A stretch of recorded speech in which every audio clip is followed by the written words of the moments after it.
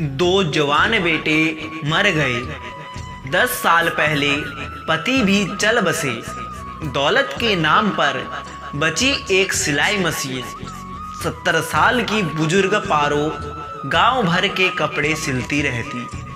बदले में कोई चावल दे देता तो कोई गेहूं या कोई बाजरा दे देता। सिलाई करते समय उसकी कमजोर गर्दन डमरू की तरह हिलती रहती। दरवाजे के सामने से जो भी निकलता वह उससे राम राम कहना ना भूलती। दया दिखाने वालों से हमेशा उसे चिढ़ रहती। छोटे छोटे बच्चे दरवाजे पर आकर उधम मचाते, लेकिन पारो उनको कभी बुरा भला ना कहकर उल्टा खुश होती थी। प्रधान जी कन्या पाठशाला के लिए चंदा इकट्ठा करने निकले तो पारो की घर की हालत देखकर पिघल गए और बोले, क्यों दीदी, तुम हाँ कह दो, तुम्हें बुढ़ापा पेंशन दिलवाने की कोशिश करूं। पारो घायल सी होकर बोली, भगवान ने 2 हाथ दिए हैं, मेरी मशीन आधा पेट रोटी दे ही देती है। मैं किसी के आगे हाथ क्यों फैलाऊंगी? क्या तुम यही कहने आए थे?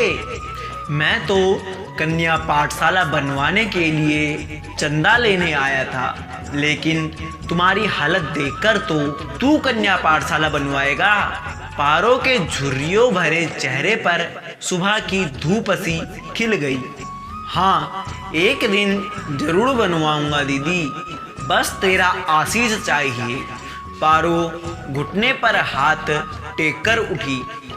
ताक पर रखी जंग लगी संदूक उठा लाई। काफी देर उलट पुलट करने पर बटुआ निकाला। उसमें से 300 रुपये निकालकर प्रधान जी को हथेली पर रखते हुए बोली, बेटा, सोचा था मरने से पहले गंगा नहाने जाऊंगी, उसी के लिए जोड़कर ये पैसे रखे थे, तो ये रुपए मुझे क्यों दे रही हो? गंगा नहाने नहीं जाओगी? प्रधान जी ने बोला, बेटे, तुम पाठशाला बनवाओ, इससे बड़ा गंगा स्नान और क्या होगा? बूढ़ी पारो ने कहा। यह कहकर पारो फिर कपड़े सिलने में जुट गई। प्रधान जी का सर अपने आप बूढ़ी माँ के चरणों में झुक गया।